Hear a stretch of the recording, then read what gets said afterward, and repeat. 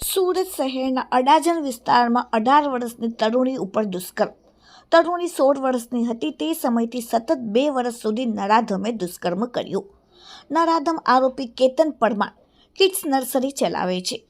આરોપી અને ભોગ બનનાર તરુણીના ઘરે અવારનવાર આવતો હતો, જેથી પરિવારમાં દીકરી એકલી હતી ત્યારે એકલતાનો ફાયદો ઉઠાવવાનું એક માધ્યમ બની ગયું હતું. જ્યારે પીડિતા ઘરમાં એકલી હોય ત્યારે અવારનવાર તેના ઘરમાં આવી જતો હતો. આરોપીએ પીડિતાને બળજબરીપૂર્વક દારૂ પીવડાવી શારીરિક સંબંધ બાંધવા માટે પ્રયાસ કર્યો હતો. પીડિતાએ તેનો વિરોધ નોંધાવતા આરોપીએ બેલ્ટ વડે તેને માર માર્યો અને દુષ્કર્મ આચર્યું હતું. આ રીતે આરોપી સતત 2 વર્ષ સુધી ભોગ બનનાર સાથે દુષ્કર્મ આચર્યું. અંતે ભોગ બનનાર તરુણી સમગ્ર ઘટના માતાને કહેતા સમગ્ર મામલો અડાજણ પોલીસ સ્ટેશને પહોંચ્યો હતો.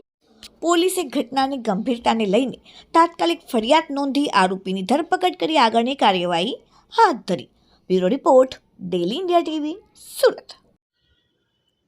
અડાજણ પોલીસ સ્ટેશનમાં એક 374 અને પોસ્કોની કલમ સાથેનો ગુનો દાખલ થયો છે. આમાં ભોગ બનનાર બેન છે એને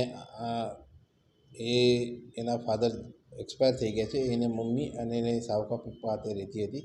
ત્યારે એક કેતનભાઈ વાઘરી કરીને છે, આશરે 41 વર્ષની ઉંમરનો છે હાલમાં. એ એના ઘરે આવતો હતો અને 2-3 મહિનામાં આવે અને 2-3 વખત એને આ છોકરી હાથે સંભોગ કરેલ છે. એટલે આવું 6-7 મહિના પહેલાંથી આ ચાલતું હતું. પછી આ છોકરી કોઈને કીધું નહીં, કંઈ નહીં, પરંતુ પછી 2-3 દિવસ પહેલાં એ એના મામાના ઘરે ગઈ ત્યારે એ છોકરીએ એના મામાને અને એના કાકા પપ્પાને કીધું. તો પછી એ લોકો અડાજણ પોલીસ સ્ટેશનમાં ફરિયાદ કરવા આવેલ અને અડાજણ પોલીસે તરત જ એમની ફરિયાદ લઈ અને આ ગુનો દાખલ કરવામાં આવેલ છે અને આરોપીને પણ અટક કરવામાં આવે. આરોપીનું નામ કેતનભાઈ વાઘરી છે, જે આશરે 41 વર્ષનો છે અને અગાઉથી લગ્ન છે. એને 2 છોકરા અને 1 છોકરી છે સંતાનમાં, અને હાલમાં આરોપીને અટક કરેલ છે. આરોપી શું કરે છે અને કઈ રીતે? એ આરોપી એજ્યુકેશન પ્રી પ્રાઇમરી એજ્યુકેશનની સ્કૂલ ચલાવે છે અને કંઈ ટ્રસ્ટ પણ ચલાવે છે.